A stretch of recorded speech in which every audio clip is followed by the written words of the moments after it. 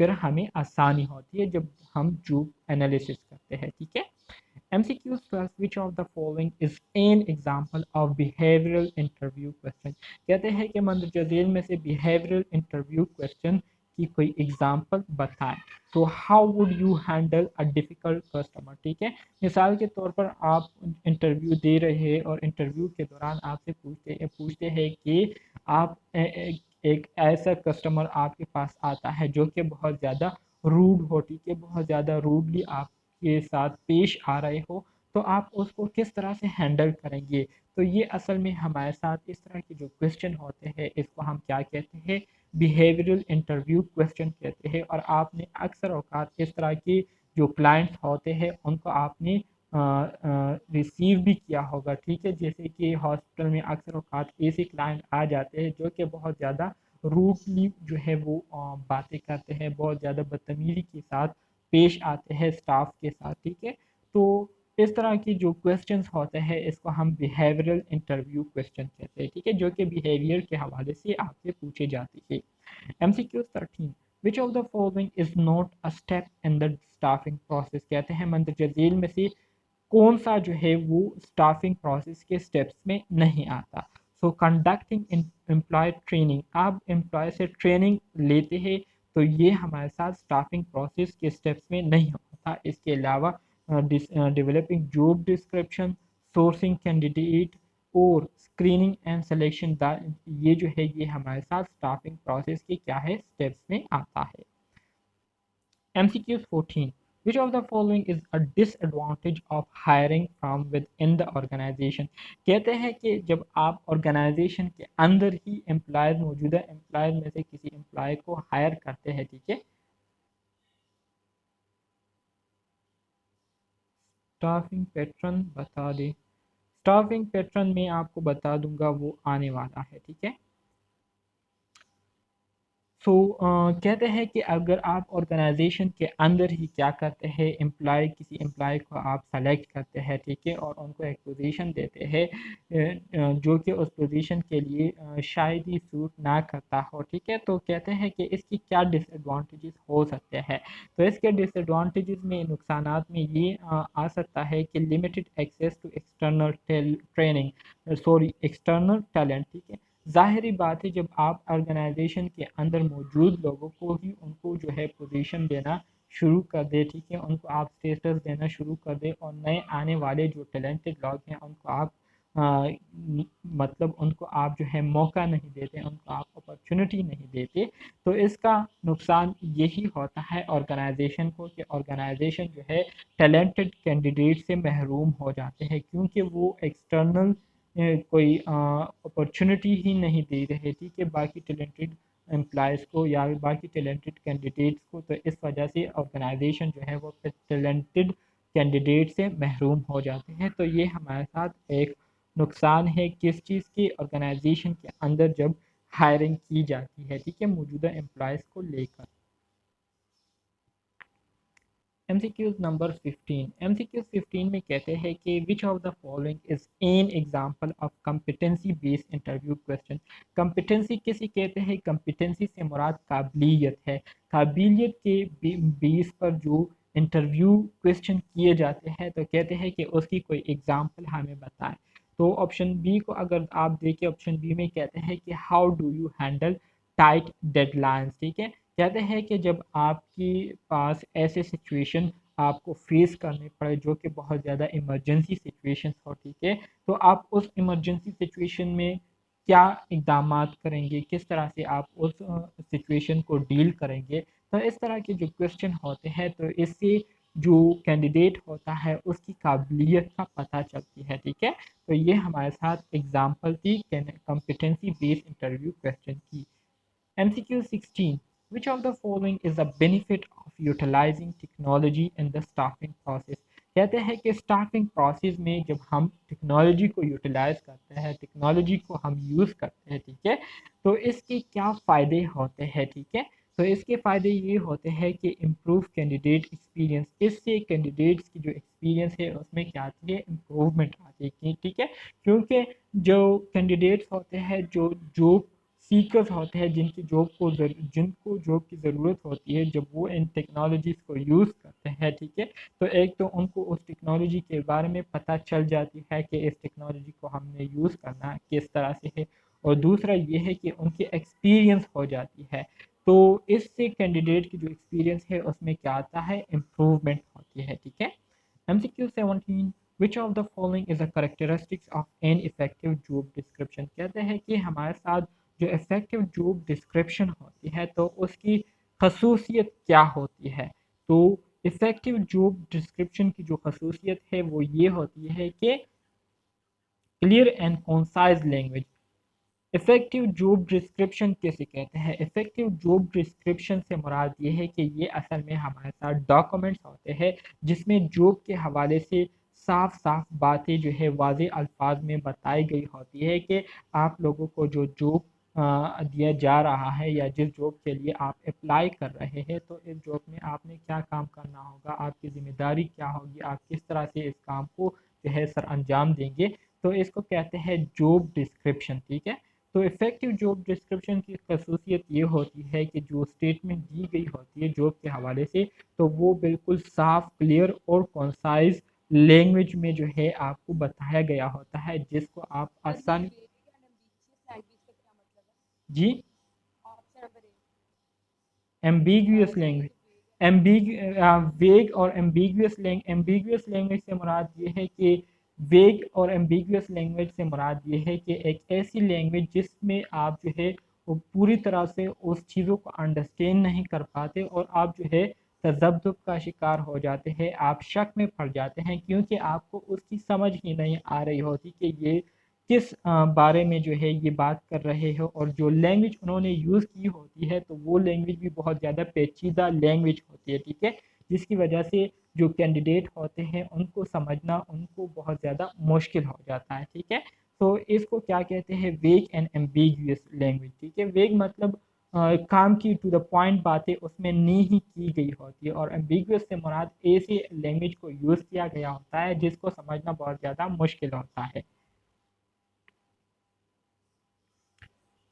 MCQs 18 میں کہتے ہیں کہ which of the following is an example of situational interview question، اب کہتے ہیں کہ مندرجہ ذیل میں سے سچویشنل انٹرویو کویسچن کی کوئی اگزامپل بتائے۔ سچویشنل انٹرویو سے مراد یہ ہے کہ آپ کو ایک سچویشن دی جاتی ہے، آپ کو ایک سینیریو ٹائپ کویسچن آپ سے پوچھا جاتا ہے کہ مثال کے طور پر اگر آپ ایک ایسی سچویشن کو فیس کرے جو کہ پہلے آپ نے کبھی فیس نہ کی ہو، تو ایسے سچویشن میں آپ کا رد عمل کیا ہوگا یا آپ کیا کریں گے، تو اس طرح کے جو انٹرویو کویسچن ہوتے ہیں اس کو ہم سچویشنل انٹرویو کویسچن کہتے ہیں۔ تو اس کی اگزامپل یہ ہے کہ what would you do if a project deadline was moved up unexpectedly، ٹھیک ہے، کہتے ہیں کہ اس کا جو اگزامپل ہے وہ یہ ہے کہ آپشن ڈی میں کہتے ہیں کہ آپ کیا کریں گے اگر آپ کو جو پروجیکٹ دیا گیا ہوتا ہے اور وہ آپ سے لے کر دوبارہ کسی دوسرے بندے کو دے دیا جائے، ٹھیک ہے، ان ایکسپیکٹڈلی آپ کی جگہ دوسرے بندے کو دے دی جائے، تو ایسے سچویشن میں آپ کا رد عمل کیا ہوگا، تو یہ ہمارے ساتھ سچویشنل انٹرویو کویسچن کی ایگزامپل ہے۔ MCQs 19 which of the following is a disadvantage of using personality test during the staffing process، کہتے ہیں کہ staffing process کے دوران جو personality test کیے جاتے ہیں، ٹھیک ہے، کلائنٹ سے، تو اس کے نقصانات کیا ہیں، اس کے نقصانات یہ ہے کہ ظاہری بات ہے جب آپ پرسنالٹی بیس لوگوں کو ٹیسٹ کریں گے، ٹھیک ہے، ان سے آپ انٹرویو لیں گے، تو ہو سکتا ہے کہ ایک بندہ آپ کو زیادہ پسند آ جائے، دوسرا بندہ جو ہے ٹیلنٹڈ ہو، لیکن آپ ان کو ان کی باتوں کی وجہ سے یا کسی اور وجہ سے جو ہے آپ ان کو جو ہے امپورٹنٹ نہیں دیتے، تو اس کا مطلب یہ ہوگا کہ آپ نے جو ہے کیا کی ہے، آپ نے نا انصافی سے کام لیا ہے، آپ نے برابری کے ساتھ سب کو ڈیل نہیں کیا ہے۔ تو پرسنالٹی ٹیسٹ کے نقصانات یہ ہوتے ہیں کہ اس میں پھر خطرہ ہوتا ہے potential for discrimination against certain group, کچھ خاص گروپ کے اگینسٹ پھر جو تضاد ہے یا فرق ہے، ٹھیک ہے، اس کے ہونے کا اندیشہ پیدا ہو جاتا ہے کہ آپ ایک گروپ کو زیادہ امپورٹنس دے دیتے ہیں اور دوسرے گروپ کو جو ہے آپ اگنور کر لیتے ہیں، تو اس کا کیا ہوتا ہے، اس کا خطرہ ہوتا ہے پرسنالٹی ٹیسٹ میتھڈ کو یوز کرتے ہوئے